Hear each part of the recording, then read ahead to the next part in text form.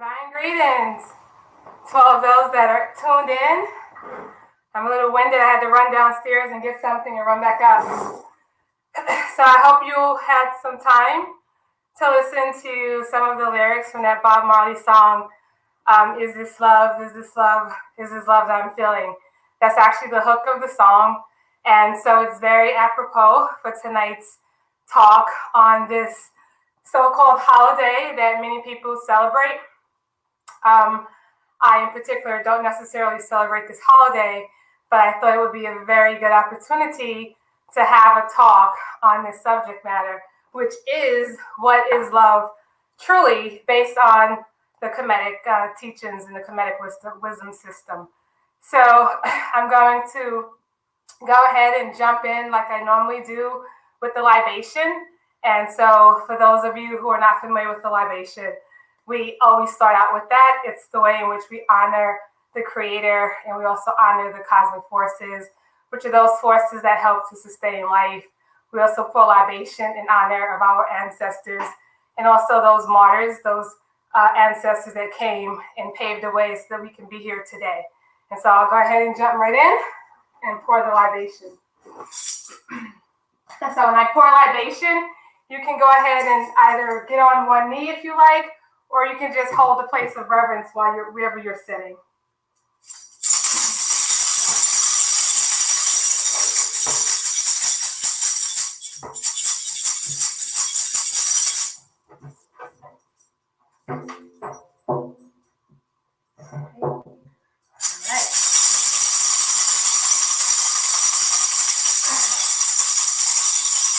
Libation in honor of the Creator, the Creatress, manifesting everywhere and in all things created. We honor you. We thank you for life. We thank you for this opportunity to come together to discuss wisdom teachings that will help make us wiser, that will help make us brighter, better lights in this world. We pour libation in your honor. We pour libation in honor of those cosmic forces, the Nesaru, the Orishas, all of those forces that work on behalf of destroying enemies of Ra and helping to establish Maat, peace, love, joy, equanimity in the world. We pour libation in your honor. We pour libation in honor of all those ancestors that came here and fought the good fight on behalf of righteousness. Those who were martyrs, those who were killed so that we can have an opportunity to have a better life. We honor you not just in pouring libation, but we honor you indeed. We honor you by continuing your fight to help make this world a Maatian place, a place filled with reciprocity, love, peace, harmony, and equanimity. We pour libation in your honor. We pour libation in honor of our bloodline ancestors, and we pray for light, peace, and healing for our bloodline ancestors. May we continue to be good stewards and light and positive influences for our ancestors so that when they reincarnate, they have positive impressions from watching us as we live. We pour libation in honor of all of our ancestors, all of our bloodlines, whichever ways the bloodlines flow. Ashe, Asheo, the tap.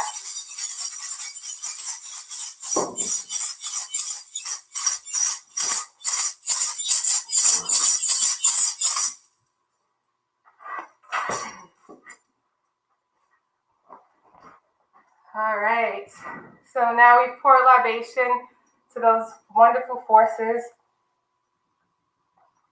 that keep us living, keep life moving, that keeps the heart beating, the breath inhaling and exhaling. And so tonight I'm going to go ahead and jump right in. We have a lot to discuss.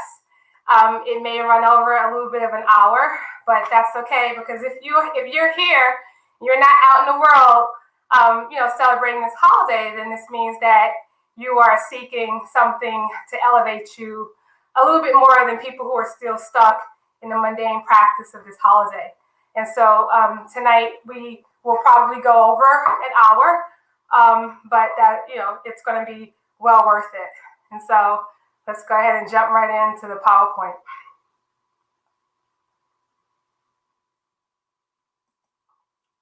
And so for those of you that are on I don't know if you had a chance to see this slide, but it was up when the music was playing.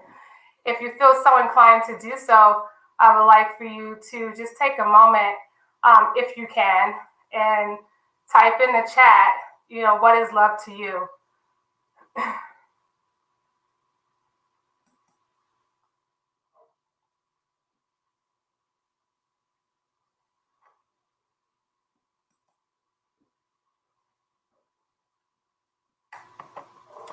And so the question tonight is, what is love truly? And so in order to answer this question, we're going to look at two constructs, right? Two concepts of love. First, we're going to look at the one that is reflective of our culture, Western culture. And then we're going to look at it based on the ancient Kemetic culture.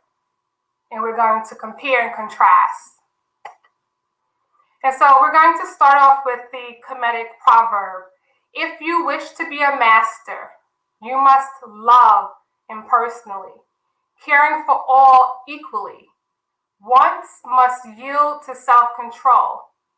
Live as though you have achieved and acquired everything, and you need, and also as if you've acquired everything you need, and also as if you have lost everything.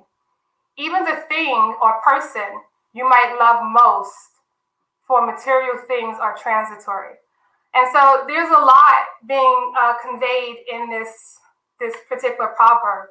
And it's going to carry us from the beginning of this presentation all the way to the end, because it's basically letting us know, in a nutshell, from a Kemetic perspective, what love is to some extent, and what purpose does it serve. And so this is our fourth talk. In the first talk, we talked about who am I.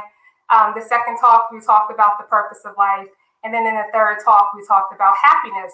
And so now it's very in alignment that we talk about this concept of love. And so looking at love from, again, the Western perspective, the Western state of mind, love dates back to the Proto-Indo-European word lub, meaning to care or desire. It also means a strong affection for another arising out of kinship or personal ties. Love means to be deeply committed and connected to someone or something, to feel more than a liking towards someone. It is a bond that two people share. Love is considered to be both positive and negative, with this virtue representing human kindness, compassion, and affection, as the unselfish, loyal, and benevolent concern for the good of another. And so this is just interesting because I want us to kind of like just put a bookmark in our mind about this concept of love being both positive and negative. Because as we start to pull back the layers of the Western construct on love and how it's actually impairing us, we're going to hone in and focus a little bit on this construct of it being both positive and negative.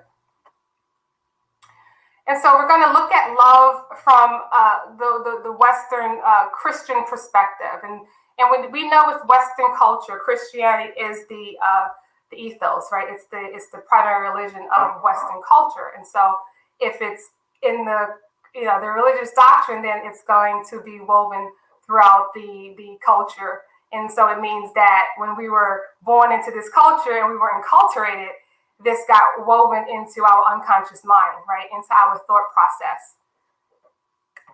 And so we have the eros, or the eros is the Greek word for sensual or romantic love. The term originated from the mythological Greek god of love, sexual desire, physical attraction, and physical love.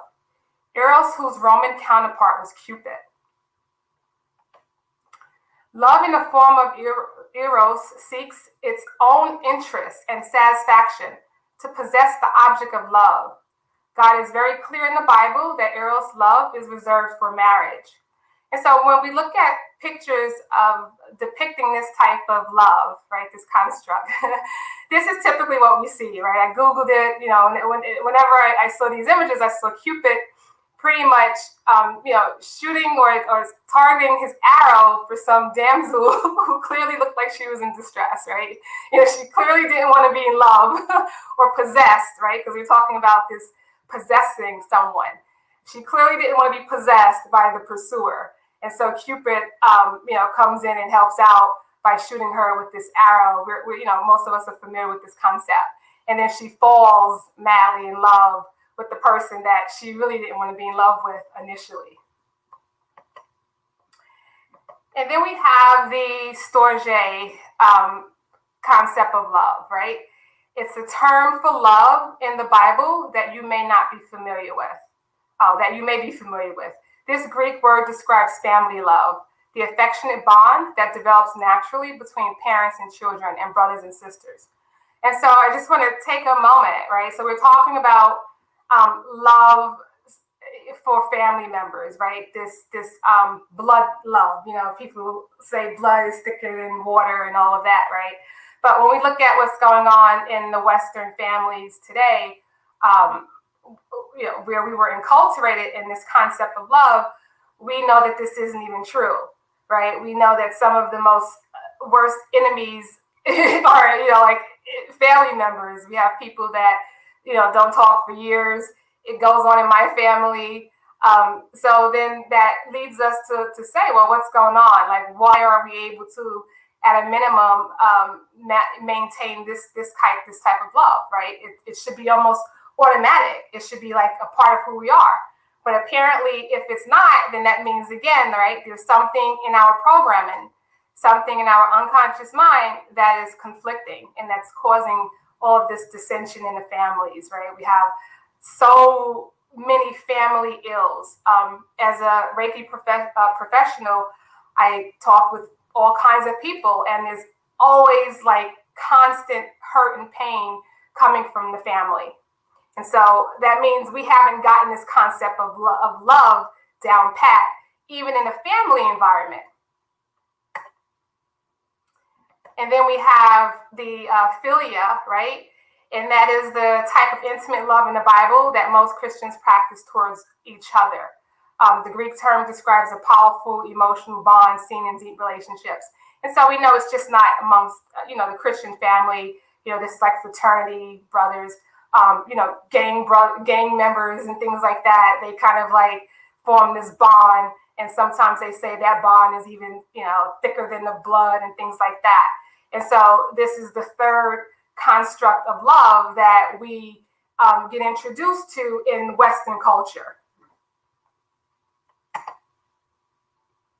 Philia originates from the Greek term philios, a noun meaning beloved, dear, a friend, someone dearly prized or loved in a personal, intimate way, a trusted confidant, held dear in a close bond of personal affection. Philia expresses experience-based love. And then we have the infamous agape love, right? And so most of us are familiar with this. If you grew up in the church or, had a grandmother or a grandparent or someone that loved the Lord, you knew about this love, right? Even if you didn't get the love at home because parents were incapable of loving you or your caregivers, and even if there was fighting going on with the brothers and sisters, and you didn't have friends at school, you knew about this love, right? Because they teach us this. God loves you, right? But it's okay. According to this concept, this is the highest of the four types of love in the Bible. This term defines God's immeasurable, incomparable love for humankind. It is the divine love that comes from God. Agape love is perfect, unconditional, sacrificial, and pure. And so, right, so here's a problem, and we're going to kind of like work our way back, right? So automatically in Western culture, if we work our way back and we say, well, let's start at the beginning, which is this love, right? This is the love that God has for us.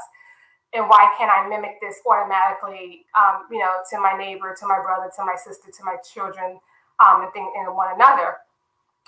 It's because there's something wrong with this concept, right? Because if you look at the picture, we learned that God was this entity outside of us, right? This all-powerful, all-knowing, everywhere at the same time, right? Being in the sky somewhere, this mystery being that had the ability to just kind of like, punish us at will, love us, at will, shun us at will, and things of that nature, right? These are the kind of things that we learn growing up in the Christian church, right? The ultimate punishment was, if you didn't please this entity, right, God, you would burn in hell for eternity, right? So when we kind of like start to look at this love right here, we already know that, is that really perfect and unconditional? How can that be unconditional? If you don't meet the conditions, you suffer, right? So as we kind of like move forward, we're going to see that this is the foundation to the failure in the area of love in the other capacities, the other three constructs that we just talked about. Because it's very clear when we look at ourselves, when we look at our families, when we look at our relationships with other people, something's not connecting with this whole construct and concept of love. There's more people lonely right now and feeling depressed and isolated and unloved in the world probably than ever before. And so now we're going to jump into a Kemetic perspective, right? And I mentioned this already, so I'm just going to go over it again, right? If you wish to be a master, you must love impersonally, caring for all equally. Once must yield to self-control. Live as though you have achieved and acquired everything you need, and also as if you have lost everything. Even the thing or person you might love most, for material things are transitory. So now we're going to start breaking this apart, right? And we're going to do the comparison to the love construct that we just went over in regards to Western religious doctrine. So let's look at this. We're talking about essentially two types of love as opposed to four, right? We're talking about loving personally, which is condition-based, which is associated with the ego. For those of you who listened to the first three talks, or even the first one, you know that the ego is the imposter, right? The ego is the aspect of you, the personality, what differentiates you from the other person. And so it has this hubris nature, right? It's like the child that wants its own way. And we'll talk about that a little bit more as we go. And so when we're talking about love that is ego-based, is definitely conditioned and definitely personal, which is very interesting because we'll see how that overlaps with all four of those constructs of love under Western culture. And then we have loving impersonally, which is unconditioned love or the soul. So basically, this proverb is telling you that there's two types of ways to love, right? It's the ego-based love, right? It's personal. Loving from the ego can cause you to do things out of control, right? We saw in the previous slide, Cupid had to get involved because, a man wanted a woman who didn't want him. He couldn't control himself and find someone else. So Cupid had to shoot her in the behind or whatever so that she can fall for him, right? So that's definitely, ego-based love. And then it's telling you here that if you want to be a master, right? A master, you have to move away from this construct, this concept of conditioned love, which is tied to your ego, and learn how to love unconditionally.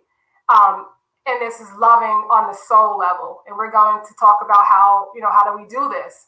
How do we start taking the baby steps to make this manifest in our lives?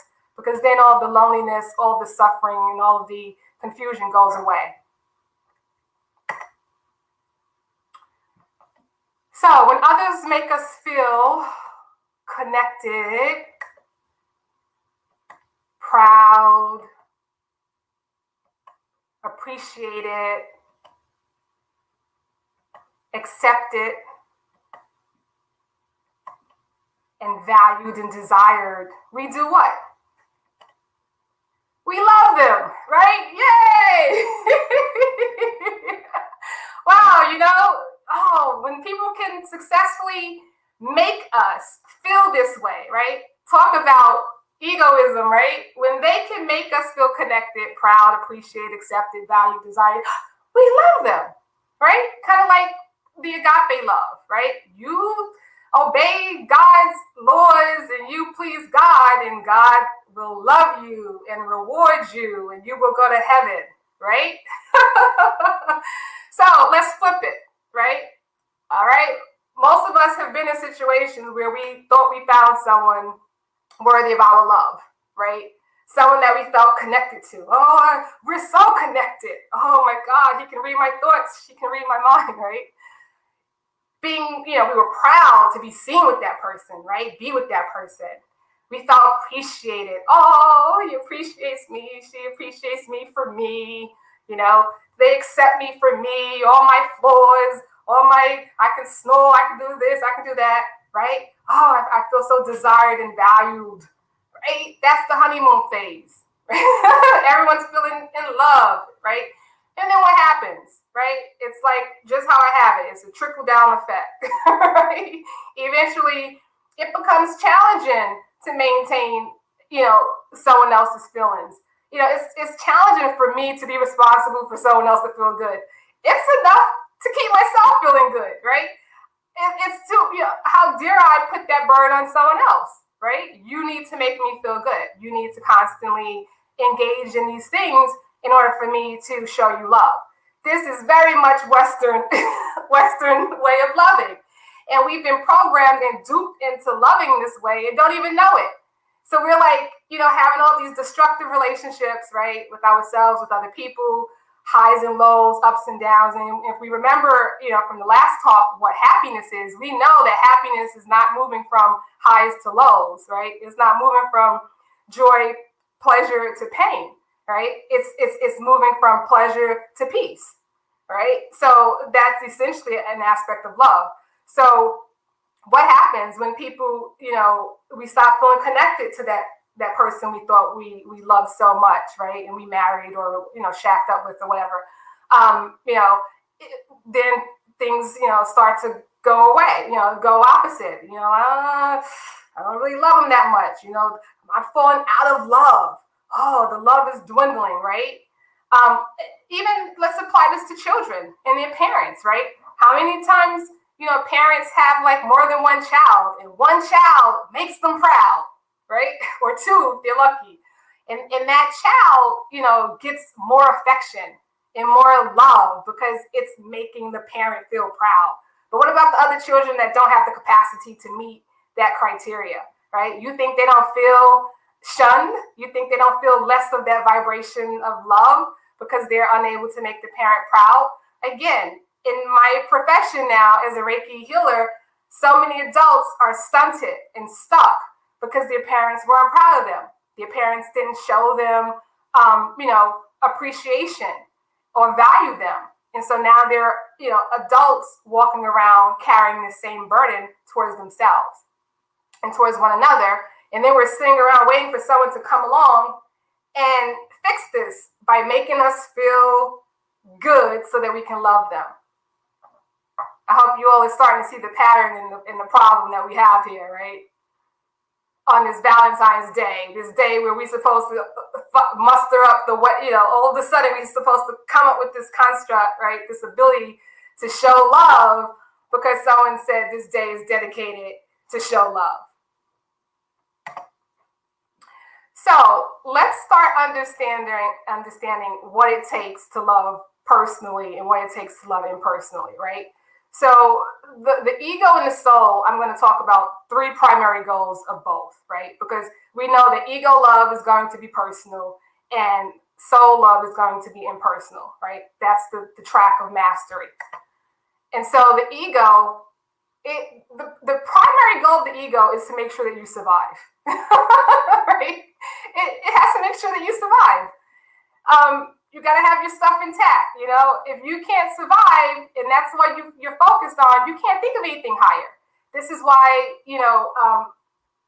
people in power, in order to keep people in control, and we talked about this in the previous talk, they suppress their ability to take care of themselves, right? Because if you do that and they have a survival issue, you always got them in survival mode. They're never going to elevate themselves above you to overthrow you.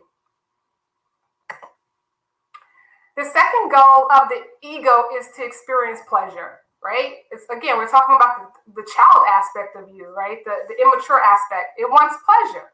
Pleasure, pleasure, pleasure, pleasure, pleasure. No pain, right?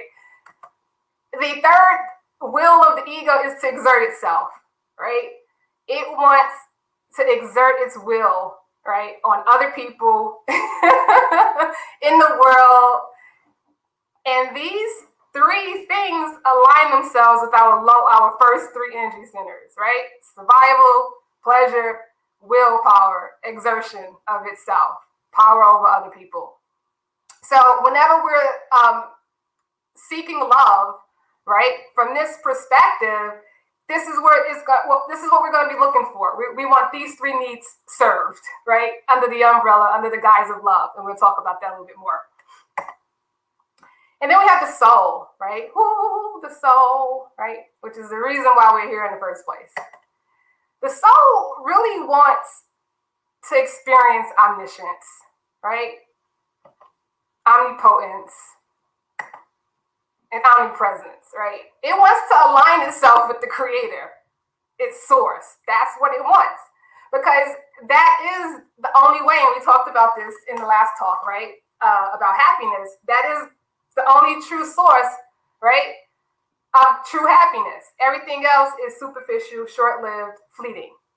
And so the soul is on this multiple lifetime journey, right, of having experience to ultimately achieve this. And so we associate these with the three higher energy centers. And I say we, meaning the Reiki system. So this is definitely homegrown and downloaded from the divine. So if you go out there and try to throw it around, you're going to see other, maybe other people say other things. But within this system, this is how we do it.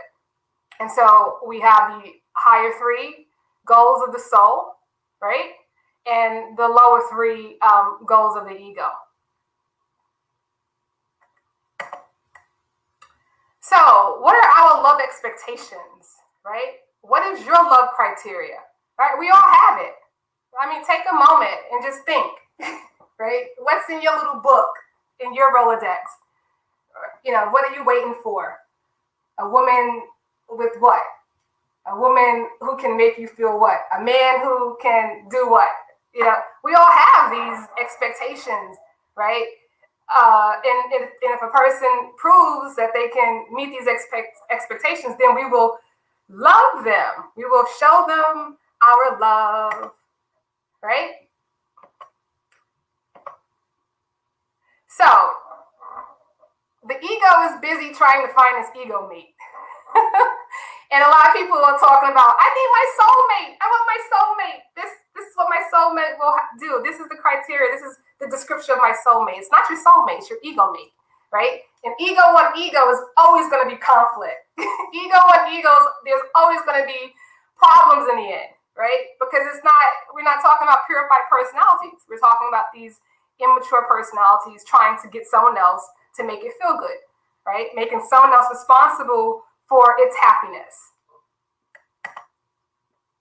And so we talked about under the survival umbrella, right? When the ego is looking for its ego mate, it's looking for someone that can contribute to their life practically, right? We know ain't no romance without finance, right? That used to be what the ladies sung, right? Men sing it too now, right? Men they want to know what you got in the bank, right? Is she going to help pay this mortgage? Is she going to be a financial burden? Right? So now, right, looking for our ego mates, this is very important. And this is actually correlating to that first energy center, right?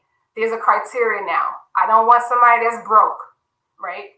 I'm not judging either way. I'm just stating the facts now, right? They say the number one problem in relationships and marriages is financial, right? Because financial correlates to our ability to survive. How well we can survive correlates to our ability to be happy, find pleasure, right? Exactly.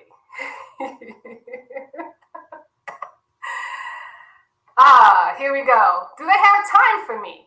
Right? Because one of the main reasons why we're looking for somebody is because we feel lonely. Who wants to be lonely, right? So if the person is going to be working out of town all the time and flying or busy with kids and all that kind of thing, right? We take that into consideration, right? Because this falls under the survival piece, right? Because nobody wants to be lonely, right? It's like feeling lonely is almost like saying that I can fall into depression. If I fall into depression, I can off myself, right? So that's how it correlates to survival. There's a lot of people that are offing themselves like through slow suicide, right? By putting toxic things in their bodies, living dangerous, risky lifestyles anyway, right? So I'm just saying it still falls under the umbrella of survival. Loneliness. Can I depend on them, right? Security. All this falls under survival, right? I need somebody that I can depend on. If my car breaks down, I need somebody that can come and fix it, help me take this tire off, right? I need somebody to watch the children for me when I go to work. I need, whatever. These are things that we take into consideration. And when we get into relationships with people and there's conflict in these areas, the love is going out the window, right? It's going to start fading ever so gently. Excuse me. There's burning too much sage in here. So it's making my nose run. Right? So let's jump to the next one. Pleasure, right? Things that we take into consideration when we're looking for our ego mate. In the pleasure field, are they attractive based on my concept of beauty? We all think that our concept of beauty or what looks good is our own. It's not. If you go back to your unconscious mind, right, go back to your childhood and think about all the images you saw of what was pretty and what was not, that's how you got your concept of beauty, right? Unless something came along to disrupt that, right? That's just how it is. When I was little, I wanted to be white. I used to cry and ask God, why did he punish me, right? Because a part of it, I was told that God punished me because I was black. It was a punishment. Remember that loving, perfect loving God, right? Agape love is perfect, remember? And so I used to hate being black, right? I hated my hair. I wanted hair that was soft and, milky or whatever, creamy, not creamy, whatever. And so, I had to kind of like, something had to come along and disrupt that. And when it came along and disrupted that, then I was able to see, oh, wow, I was enculturated in this way. And it's not innate to me. It's not even normal. It's not normal to even not appreciate who and what God made you, right? It's not normal to want to be the opposite of what you are. But if you're enculturated, right, programmed on the unconscious level to feel that way and to think that way and to be that way, then it's going to seem normal, right? And so even our concepts of who looks good to us, does he have a 4-pack or a 6-pack? Does she have long hair? Is her hair nappy? Is her hair soft? Is it kinky? Growing up, people always wanted to have good hair, right? Is it good hair? What the heck? Whatever, right? Is it bad hair? Is it good hair? All these silly things, right? It's all a part of finding your ego mate. How well do they perform sexually, right? We hear this all the time. I'm not getting married if I don't know how that works, right? I got to try it out, right? Again, we're looking for that ego mate. So we want to make sure that this person is going to be able to provide pleasure for us. Can we have a good time together? Are they fun to be with? Ooh, he makes me laugh. Does she make me laugh, right? Again, pleasure. We want these people to provide that for us for free all the time. The exertion of will. Can we get along without too much challenge? Oh, the will doesn't like to be challenged, right? We don't want to be challenged, right? So if we meet somebody that starts challenging our issues, right? We get out of here. We don't want to be around that. We want somebody to kind of like sugarcoat things and don't really call us out and tell us about the things that we need to work on to be better people, right? Because it doesn't feel good to the ego. The ego is not about that. The ego wants you to keep stroking it so that it can feel good, right? It wants to feel pleasure. So, don't bring too much challenge to the relationship, and we'll be all right. Oh, can I be free to be myself? I just want to be myself. If I can do that, I can exert myself. I don't have to feel sheltered. This person can accept me for all my flaws and everything, right? And and I don't have to change anything about them. I don't want to change my flaws, so I want them to accept all my flaws. Can they accept me as I am, right? Same thing. Essentially, one is, I want to be free and open, and the other one is, I don't want to really make changes. I want you to accept my flaws. Love me for them. All right, so now we're going to start jumping in to some Kemetic iconography, so we can start to understand how to fix this corrupted programming, right? Because we're suffering, we're hurting, because we want love. It's innate to us, but we don't understand what love is and how to get it and how to manifest it. So let's start by looking at this word, right? A picture is worth 1,000 words, but a letter is only worth a sound. So when we look at the Western way of writing and communicating, that's problematic, right? That's a part of the problem.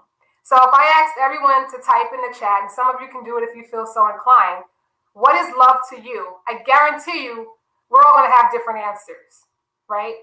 Right there, that's a problem, because there's no absolute definition to love in Western culture. I mean, it started out with confusion with those 4 different types of love right off the bat, right? It was like, what? 4 different loves that didn't even quite make sense. But we already know that with Kemetic wisdom teachings, we understand that it's just really 2 constructs: personal, ego-based, or impersonal, soul-based, lower and higher, right?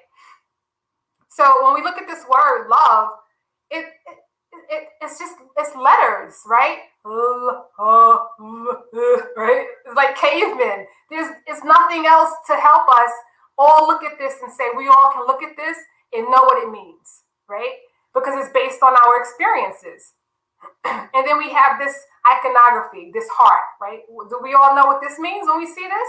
Oh, it means love. Oh, that's right. But what does love mean to you? Oh, that's not what love means to me. And so we're trying to engage in relationships with people, and we never even sit down and say, what is love to you? What is love to me? Let's compare notes to make sure we're going about this thing, in unison. Let's make sure we have the same construct, because what you may want out of love and think love is may be totally different from what I think love is. But if we go with it, take the wisdom approach, right? The Kemetic wisdom approach, we will eradicate all this, and I'll show you how as I go along.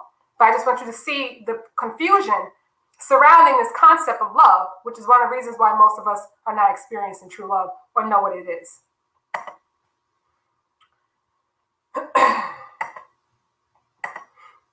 So again, a picture is worth 1,000 words, but a letter is worth a sound.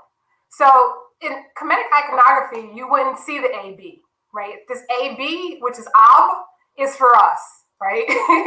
that's for us, because this is the way our brains have been taught to communicate, which is really kind of like right? It's archaic. It's actually beneath and behind ancient Kemetic culture. So if we wanted to convey the word love, there's several ways to convey it. This glyph is one of the ways, and this glyph is actually similar to the picture of the heart, right? There's a correlation between this vase, this jug, this vessel, and the heart, right? It shows you, it's trying to it's similar in structure, right? And it has valves, right? This has valves, this has spouts, right? So let's get into the mind of the ancient Kemetans. So if I see this and I know that the primary meaning of this is a vessel that receives, right? And also pours out, right? There's several vessels that they use in the glyphs and the iconography, and they all have different meanings. So when I see this vessel, I know that this vessel is talking about something in particular. It's talking about the Ab. It's talking about the heart, but within what context? It's talk. When I see this, I know it's referring to the mind and the heart being one and the same, right? It's the storage place of the desires, right? Our senses, the wisdom, our understanding, our intentions, our attention, our lust, our wish, right? And it's in the middle of the energy centers. And so this is very important, because if we all know this to be the meaning for this, when we all look at this, we all have the same understanding of the Ab, right? So when I see this, I know I'm talking about the contents of my mind, right? And all that it encompasses. This is what this symbol infers. So the Ab, right, that symbol, or the heart, is the sum total of our unconscious impressions, which includes our programming, which is what I've been talking about since day talk 1, plus our subconscious feelings, right? Those two together, which I classify as the unconscious mind and subconscious mind, equals how we desire and what we love. And so now we're talking about understanding why we want certain things, why we desire certain things, why we love certain things. It's because we've been programmed to do so. So we give based on what we've received, as depicted in this glyph, right? So we can only give, I can only love you based on the capacity that I've received love, right? That I've understood love, that love has been explained to me, right? Through the process of enculturation and indoctrination, and experiencing it through social cues. And so even in ancient Kemet, there was this construct of a lower love and a higher love, right? I don't want to give the impression that everyone in Kemet was vibrating on that high love frequency. That's why the proverb was created. And so here's a few love poems, just excerpts from some love poems. Oh, beautiful one, my heart's desire is to procure for you your food as your husband, my arm resting upon your arm. You have changed me by your love. Ooh, right? Sounds a little bit ego-based to me. I am your darling sister. I am to you like a bit of land, with each shrub of grateful fragrance. Your hand in my hand, my soul inspired, my heart in bliss, because we go together. Ooh, fancy. Such beautiful eyes when she stares, and sweet lips when she speaks. She has not one phrase too many. I had to add that one. So that means she doesn't talk too much. I guess that would count me out. And so this is very interesting, because even today in Western culture, these are some of the conditions that we kind of like utilize when we're trying to, find ourselves falling in love, right? There's these constructs that men have. They really don't want us talking too much, right? Because that goes back to the ego-based love. The third goal, exertion. The will doesn't want to be challenged. The ego doesn't want to be challenged by a woman, because women are very witty, right? We can talk sharp, and so men don't want that. Their ego can't really deal with that, and so they really do like women that are not too talkative and too challenging. We've seen that throughout the movies, and the women who seem to last the longest in relationships and the most desirable. They have certain physical attributes, but this is very important. Don't you challenge that man, and he'll be there forever. All right, so jumping right on back into the glyphs, right? I digressed for a moment. I just wanted to, let you know it wasn't all like, peaches and cream in Kemet. People were still living that illusory ego-based kind of love, right? How you make me feel. So when we look at this glyph right here, does anyone know what this is? If you do, please put it in the chat. Does this look like, most of us probably don't know, because this is really an archaic version of a modern day tool. All right, so this is a hoe. not the West, not that kind of hoe. This is a hoe for tilling land, right? So I put the picture down here to give us a visual of how the Kemetans were really cool with the iconography. So, there was no confusion about the meaning behind something, right? So this is the hoe being used by the farmer. And so this hoe actually means love, right? And the first one say, what? So it's an aspect of love, right? The phonetic value to this is mer, M-R. Again, this is for us. This is for English-speaking people. We have to translate these things into something that makes sense to us, right? So this goes to tell you right here, right? The concept of love being denoted by this glyph means that it's something that requires work, right? It's like, it's not something that's going to be easy peasy, and smooth. You have to like break up the ground, and you got to plant the seeds. You have to do the work. You have to cultivate love. Love is not something that kind of like just materializes on its own.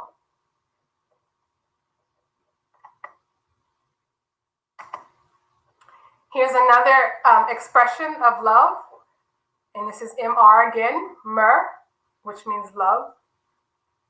And of course, we talked about love already, meaning, also desire, right? So when we look at this glyph right here, this denotes the left, right? It's like the left rib cage. But if it's the other way, then it's the right side, right? And so even though it has the phonetic value of M, it also has a meaning, right? So when we think about the left side of the body, what's inside of what's on the left, right? The heart.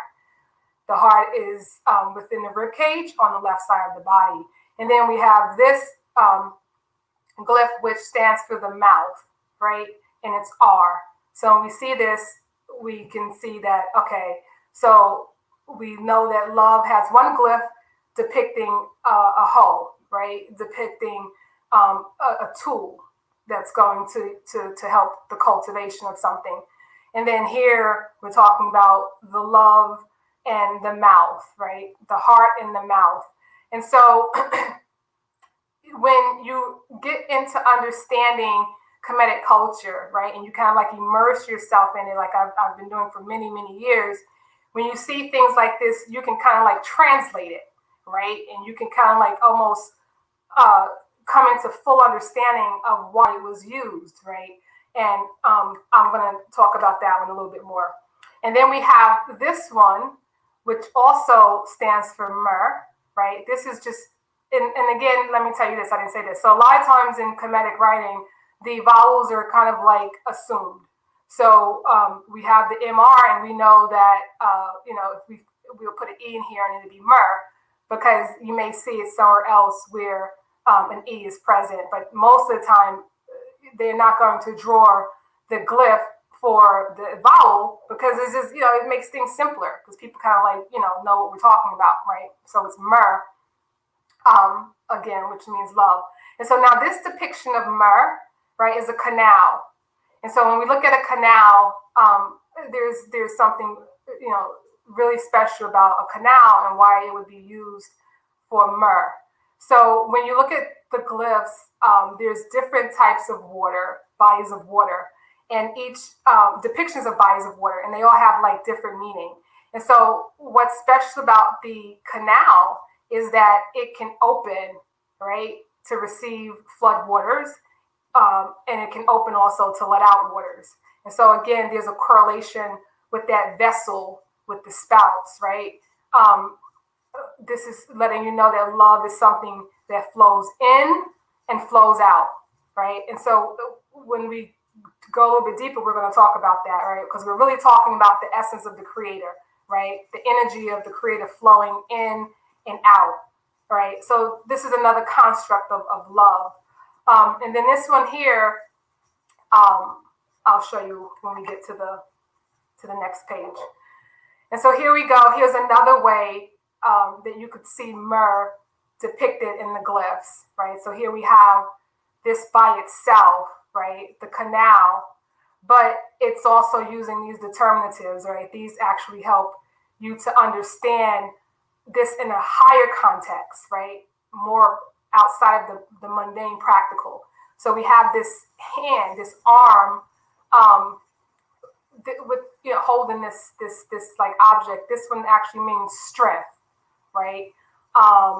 And this serpent here actually symbolizes the essence of the creator in its female form or feminine form, right? So in particular, it's the movement of creation, the sustainment, right? The activeness of creation, of the life force energy of the creator.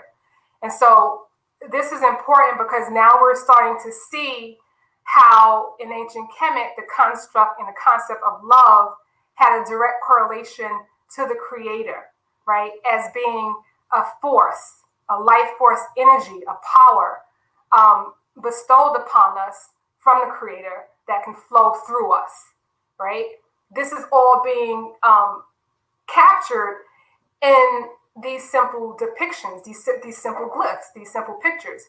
And so when we understand these things and we look at these and we start thinking about, what love meant or what myrrh meant, there's really no confusion because the glyphs help to make it more absolute than something like LOVE.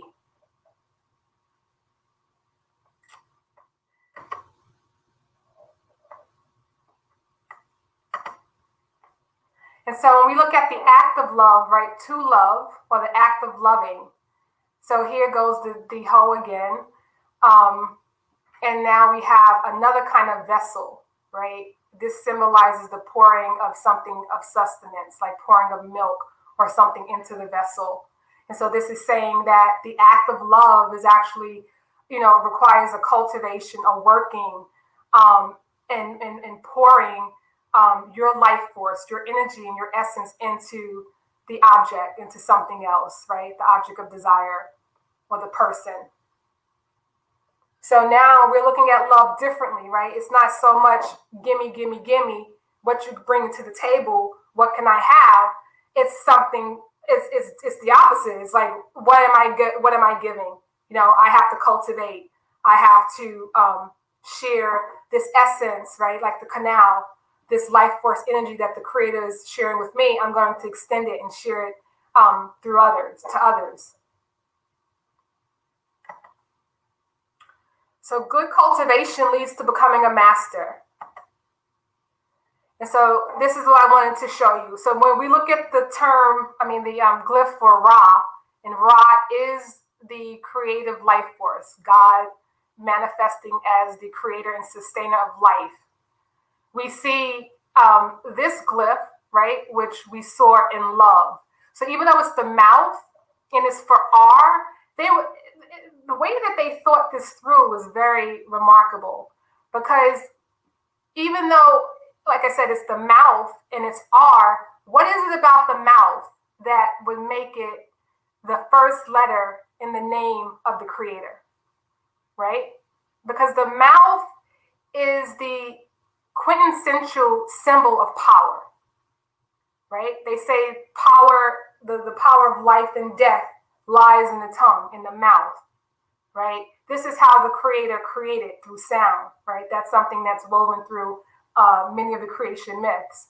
And so even though we're talking about something verbal, something that we can hear, something that's auditory, it's not really the case, because before the words come out of the mouth, they're spoken internally, right? They're spoken inside. And so it's showing the connection between this construct of love, right, and those other images, this flowing of life force energy with the creator itself. And so now we're getting into understanding what love is truly. And then we have this hand, right? The hand now is just giving. So this is showing you that the creator is all powerful, right?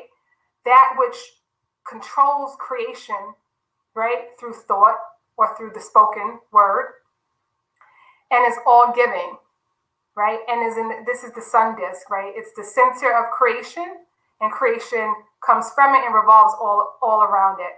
And then this glyph here symbolizes a god or Neter.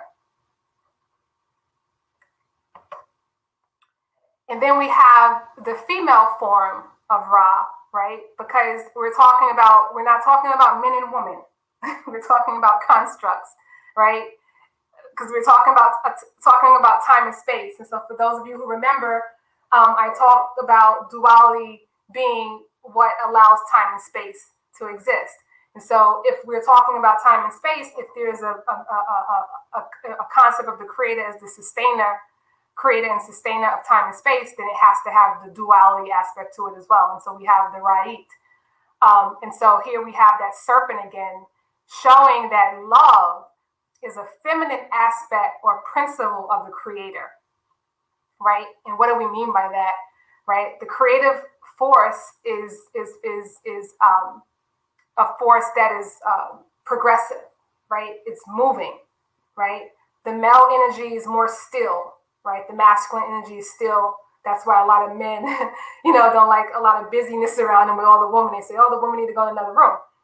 It's an energy thing that we're talking about. And so now we're getting to the crux of understanding love on a higher scale, from a higher purview.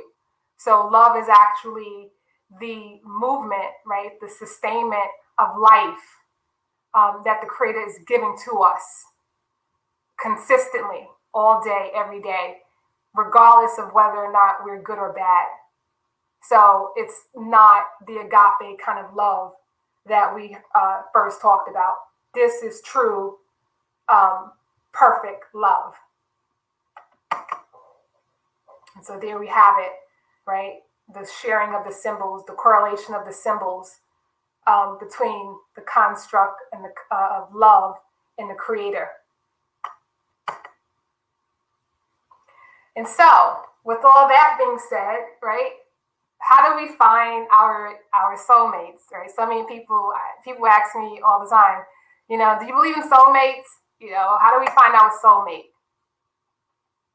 And so the creator needs me to come into the world. Fulfilling God's need is the highest act of love. And only through my love for God can I fulfill my love for others. I am the love of God in the world for the protection of the world. Ra and Nefer Amen. Another Kemetic construct and concept of love. So when we're looking for this soulmate, right? If you Google soulmate on, right now, it's going to be like pages and pages and pages and pages of people talking about this concept, and allow them to talk about it, from this place of expertise and, your soulmate. And then they have like this newer concept, your twin flame, your soul split and you got to find it and you come together and it's perfect harmony. It's all Western constructs that really don't make sense. And so this is explaining to us that the soulmate is not something that's outside of us, right? The soulmate is internal. The soulmate is the creator aspect of us that is within us. And so again, remember, the soul is seeking to experience omniscience, omnipotence, and omnipresence. And so in seeking omniscience, it desires to tap into the unconditional love of the creator, right? And this is all knowing. And to seek omnipotence, which is all power, it seeks to allow that love to fill and heal itself. And then in a search of omnipresence, right? In the manifestation of omnipresence, it lets the love flow freely from you back to the creator manifesting his creation. right? So we saw those symbols of depicting this flowing of the love energy flowing freely from the creator to the self and to others. That's true love. And that is how we find our soulmate. So when the soul comes to the understanding and to the conclusion that there is no one outside of the self that can fulfill the self, right? Because that is an ego construct, ego-based construct. Then it seeks to fulfill itself through searching for its oneness with the creator, right? They say we are extensions, right? We're manifestations of divine consciousness. This is a part of Kemetic wisdom. And so therefore, it's simply our misunderstanding, right? We lost the connection. We lost the awareness of the connection, not the connection. Because every time our heart beats, every time we inhale, every time we exhale, that's proof that we are connected to supreme consciousness, to the creator. And so once the soul comes to the conclusion that there is no person in the world that can bring me that totality of fulfillment, it's this reemergence of my soul with the soul of the creator. Then it succeeds at finding its soulmate. And this is depicted in this wonderful, very popular papyrus. And this is the judgment scene. And in this scene, there's a lot going on. But I'm just going to talk about in brief what's going on in relation to what I'm talking about. And so here's the initiate, Ani. And it's showing how Ani is coming into the judgment scene hall of Maati. And his heart is being weighed against the feather of Maat. And so now you all remember what the heart is, right? What the Ab is. It's the contents of the person's programming, their unconscious mind, right? And then their emotions, their desires, right? It's the lower energy centers. And so if the person has purified those lower energy centers and got beyond the need to fulfill those lower egoistic desires and start to move above those and seek the three higher aspects of love, then the heart will be equal or lighter than the feather of Ma'at. And then that means the person doesn't have to come back and reincarnate to pursue the illusion of something that it didn't attain or something that it lost, right? And we talked about that in the last talk, right? Enjoy your spouse when you have them, right? Be at peace when they're gone, when they die, right? Not upset and at pain, in pain. That's what keeps the heart light, right? And that's just one example of many. And so here in this scene, now that the heart is lighter, or light as the feather, it's actually a little bit lighter, which is good. Then he makes it to the other side, and he's being presented to himself, his higher self, the aspect of him that shares in the totality of the omniscience, the omnipotence, and the omnipresence of the creator. And in the Ra Reiki healing system and in our Reiki certification system, I teach the mystical arts, and it's a mystery system, so I can only share a limited amount with you all. Hopefully it's enough to compel some of you to want to learn more and get more in depth so that you can be successful if it's your heart's desire to move away from this low vibratory ego-based love that leaves us short every time and start moving into the actualization and the manifestation of this higher love, the purest love, the perfect love, the love of the soul, which is Asar. And so, Nupumer, I am love.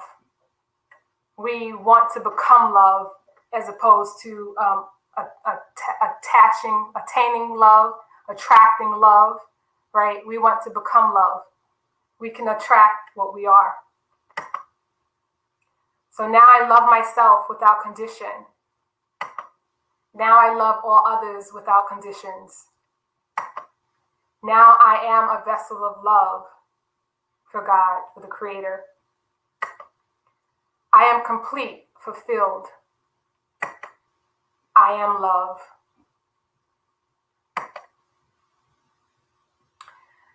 And so we had some love poetry and, to lovers and things of that nature.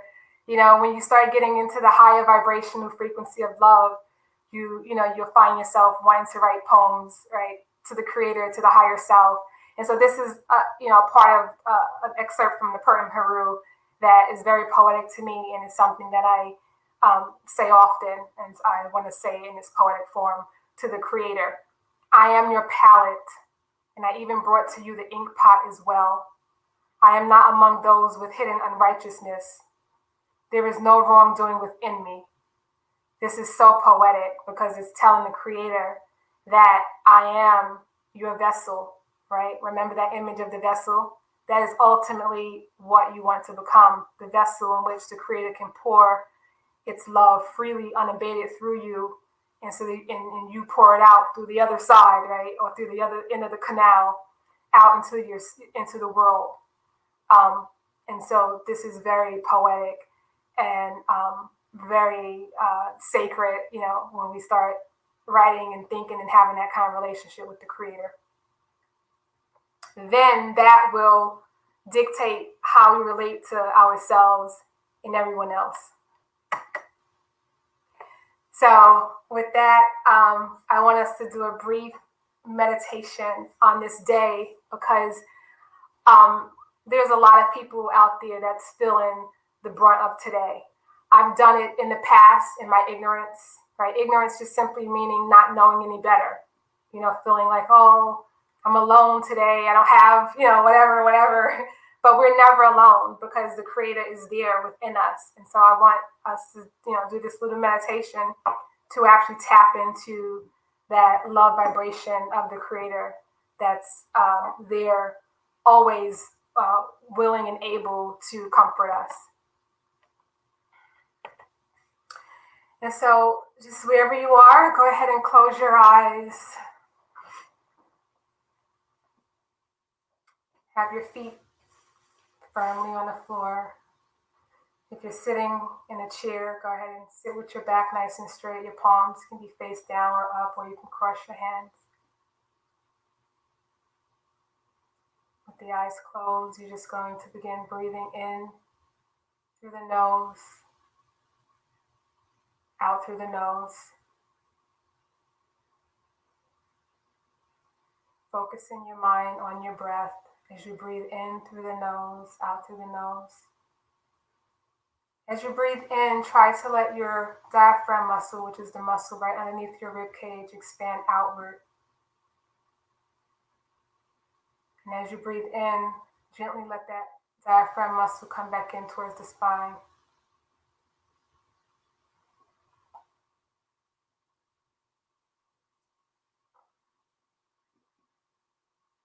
Breathing in slowly, breathing out slowly. Finding a pace that is comfortable and relaxing.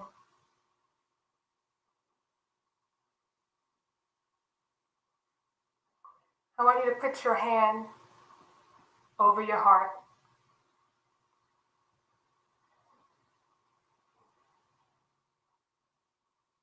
Continuing to breathe in slowly, breathe out slowly. I want you to feel the vibration of your heartbeat vibrating against your hand.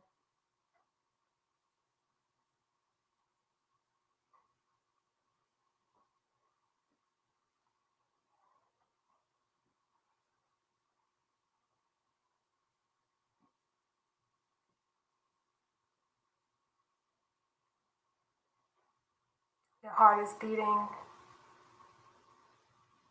not because you are willing it to believe, to beat, but because the creative life force energy that is unconditional love is allowing it to beat.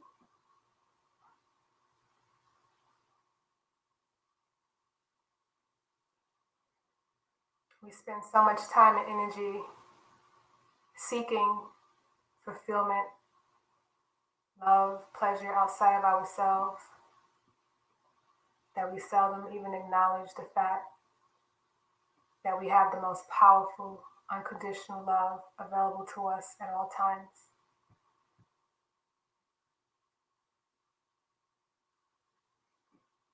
The heartbeat is always there as a reminder of that love.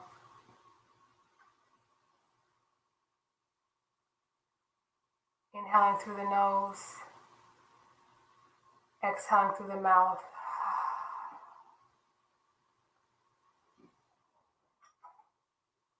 Inhaling through the nose,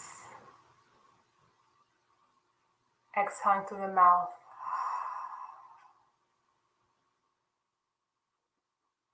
Inhaling through the nose, exhaling through the mouth.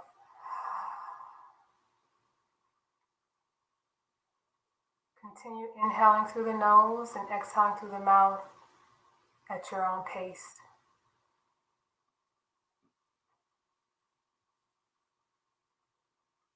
Think about all the things that you have done in hopes of finding true love. All the energy that you exerted in trying to find someone to accept you, to value you, to appreciate you, to support you, to make you proud, to complete you, to love you.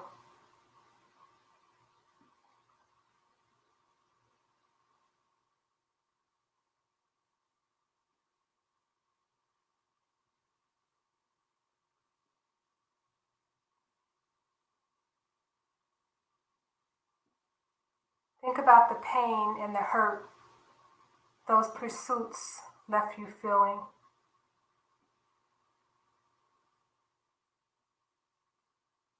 Feelings of rejection, abandonment, devalue, unappreciated, ashamed, unsupported.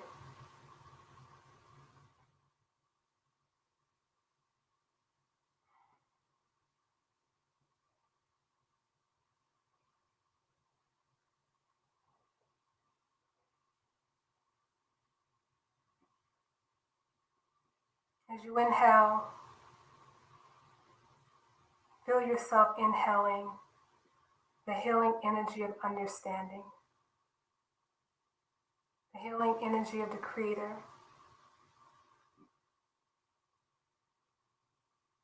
that allows you to understand now that you were seeking love from a place of misunderstanding.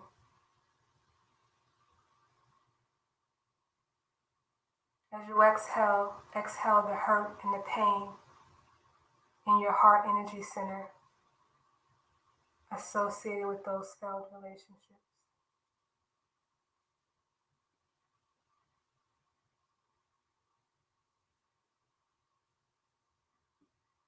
Inhaling and understanding,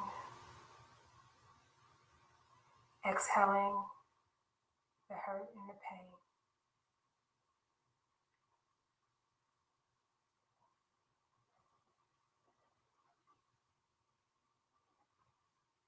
Inhaling in the healing energy of understanding. Exhaling the energy of hurt and pain in your Kemetic, your heart, your Agape.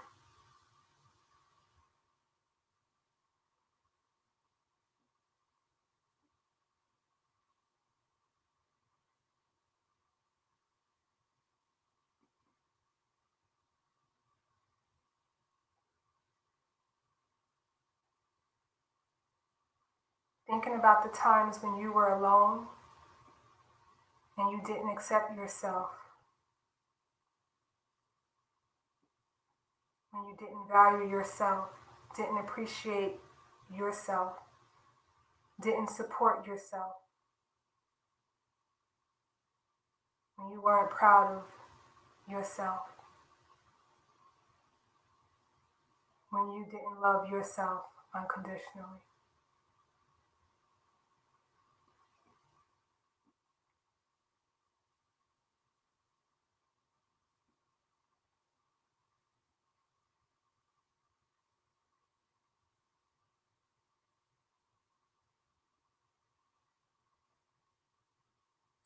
Inhaling in the healing energy of understanding that your programming about you was corrupted. Exhaling the corruption, exhaling the misunderstanding of who you truly are.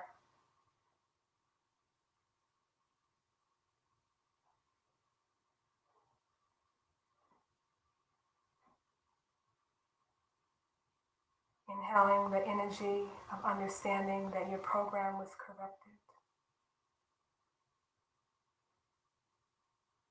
Exhaling the corruption, exhaling the misunderstanding of who you are.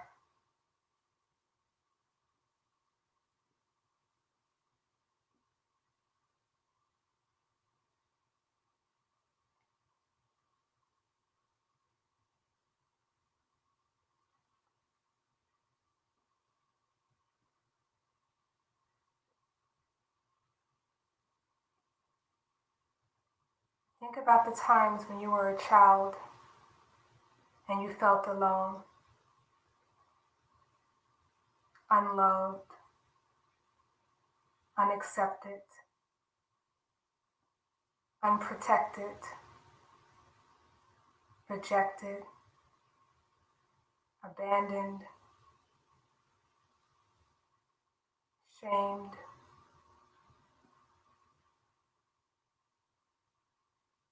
unsupported, unappreciated.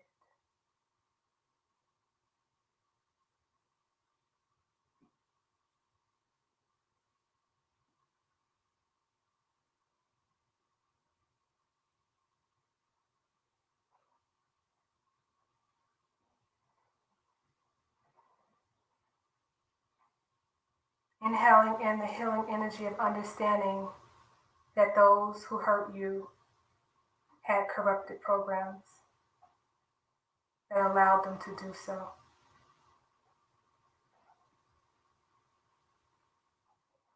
Exhaling the hurt and pain energy in your ab, in your heart energy center.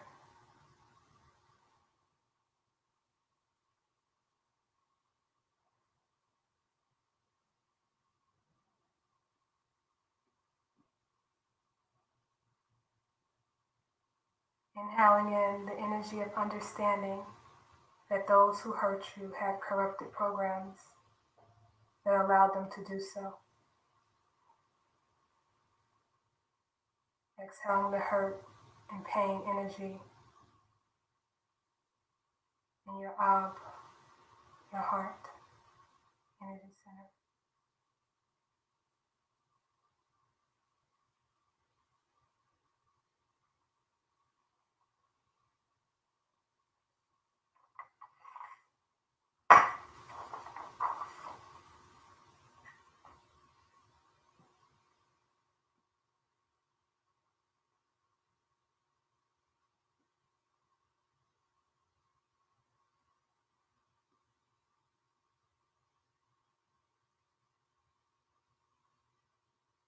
Think about how no matter what you do or don't do, your heart keeps beating as an act of unconditional love of the Creator.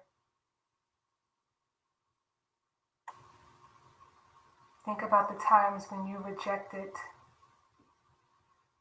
the Creator,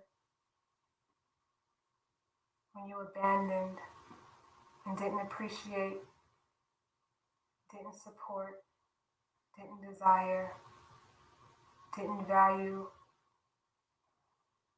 didn't love the ever presence of the Creator.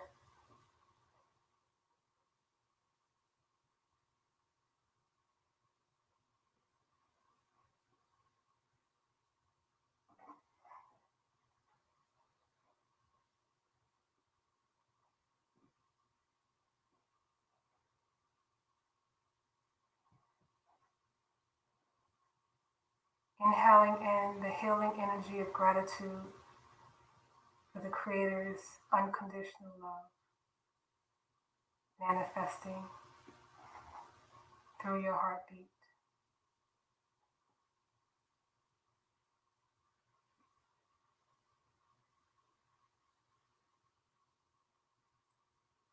Exhaling the negative energy of conditioned love towards yourself and others.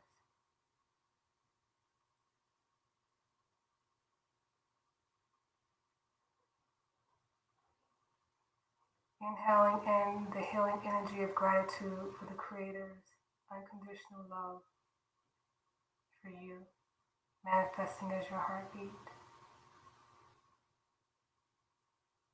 Exhaling the negative energy of condition-based love towards yourself and others.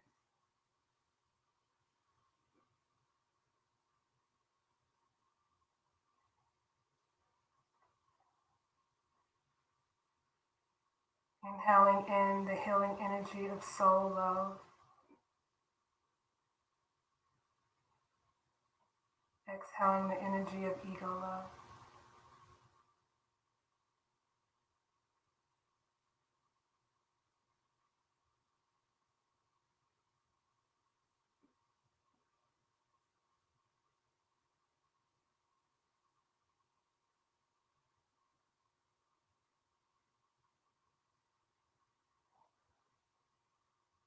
Inhaling in the healing energy of soul love.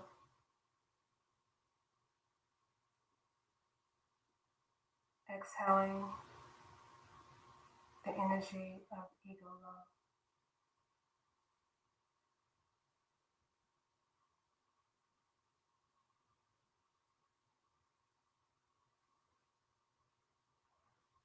Inhaling in the healing energy of soul love. Exhaling the energy of ego love.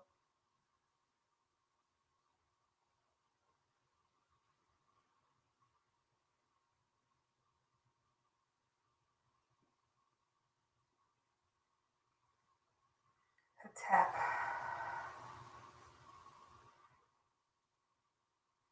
When you're ready, you can slowly open your eyes.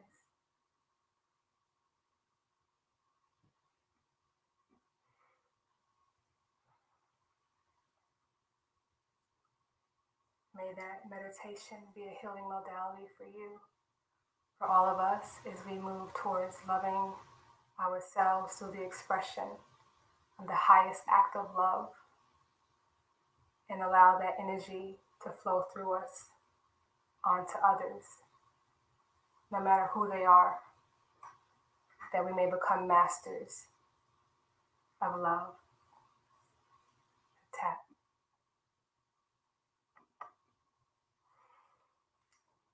All right.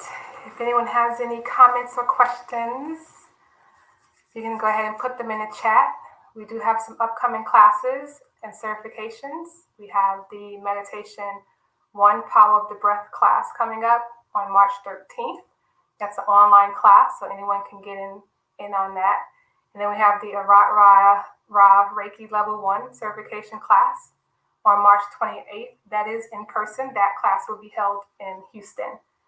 We do have some other classes coming up in Las Vegas, South Carolina, and in Egypt. So if you're interested in any of those classes, just go to the website, aratrareiki.com, and get all the information that you need. You can register, you can hit us up and ask us questions, and we'll get you everything that you need. So, dua to each and every one of you for sharing your time and space with myself and everyone else on the call, and all of those people who will watch this program in the future. Are there any questions or comments?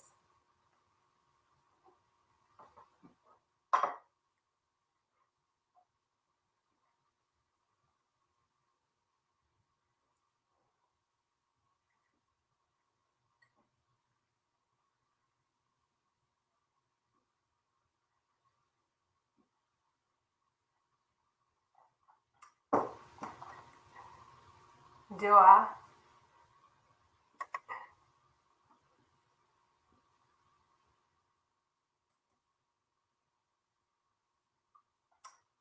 Dua, appreciate that.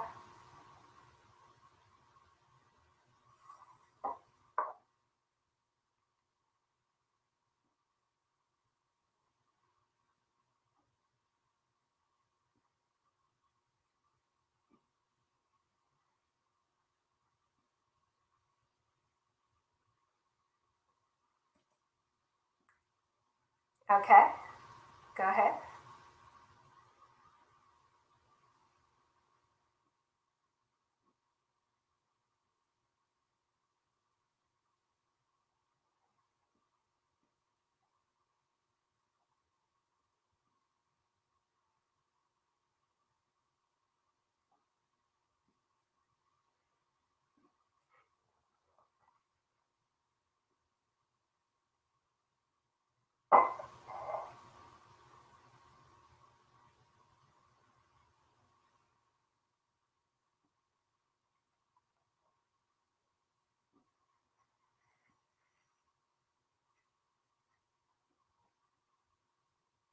While we wait for the question, if anyone else have questions, they can put them in the chat as well.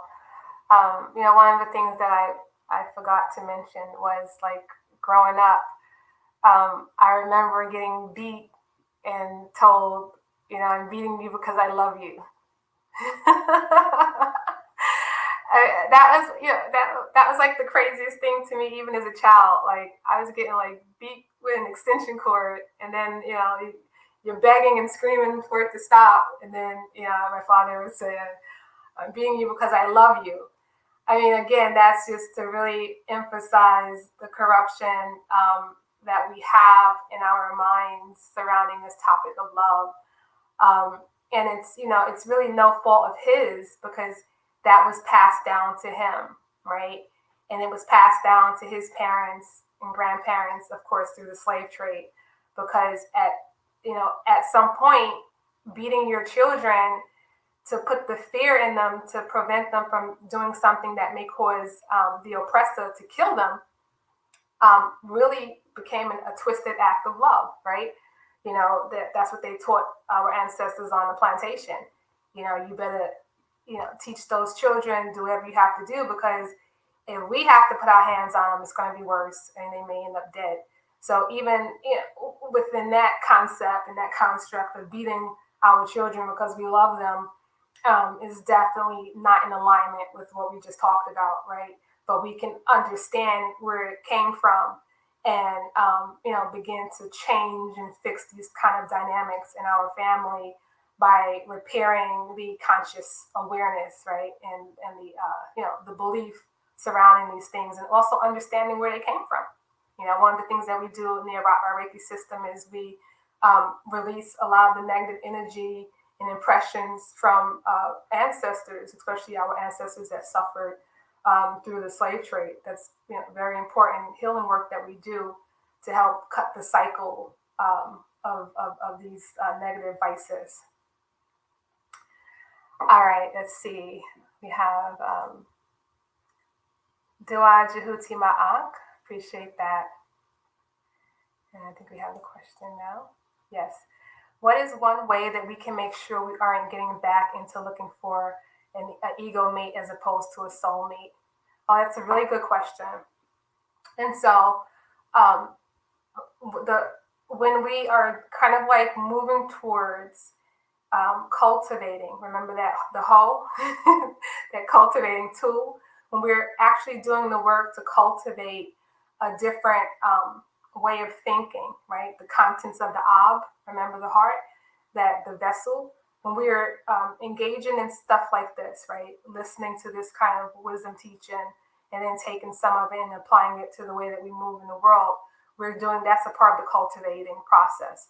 And so what happens is as we start doing this cultivation of the mind, right? Because the mind is the heart, then we will have things to help create these filters, right? So when you start catching yourself thinking or talking about what it is that you would like in your partner or in a mate, you will begin to utilize these kind of teachings, right? These truisms to help correct you, right? And so it's not to say that you shouldn't have some standards or some, we want standards, but we want to make sure that it's not falling in those categories of how can someone be of service to me, right? It's how can we be of service to one another. We're not looking for someone to make us happy. We understand that happiness is a state of mind that we are responsible for. And the level of power and responsibility that we have over it comes again from doing the cultivating, right? Cultivating the mind, chiseling away at the corrupt programming that has us thinking outside of our divine mind. And so it's just this, at this point, it's going to be an ongoing thing because the ego is going to continue to try to do what the ego has been doing. It has very good muscle memory. The ego's been the ego for many lifetimes, right? Running the show. And so now that you're kind of like putting these higher concepts into the mind, you just lean on them and use them to help you when you're going through the filtering process, right? When you're looking for someone. Does that make sense? Does that help? Does that answer the question?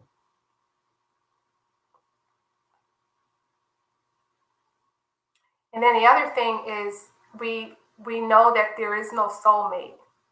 So the soulmate is the soul. It's the higher self, right? So we talked about the Who Am I lecture, the talk. We talked about this idea of us forgetting who we truly are, right? We're not in alignment with the true higher self.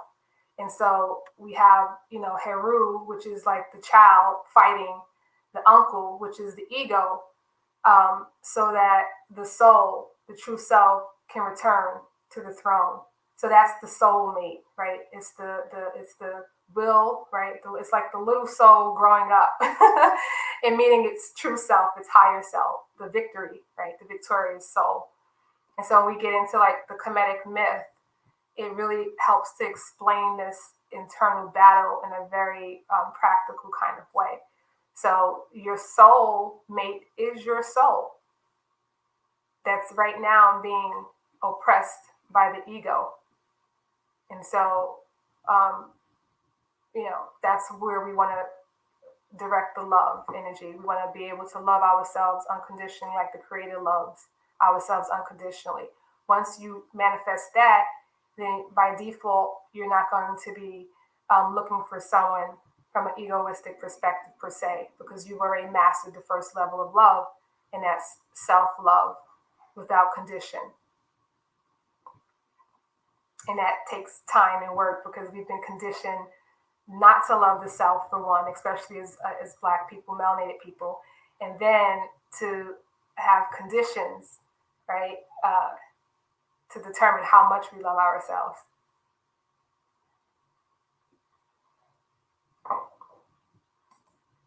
All right, glad that answered your question. All right, well, if we don't have any more questions, thank you all. Our next talk will be on,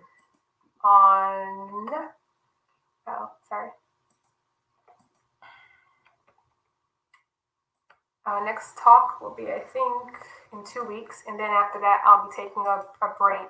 So, I guess I don't have it on there.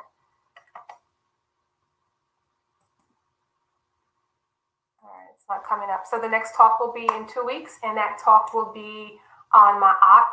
So we're going to start getting into the construct of aligning the lifestyle, right, to better allow us to align the soul with those higher goals that we talked about in this talk, right?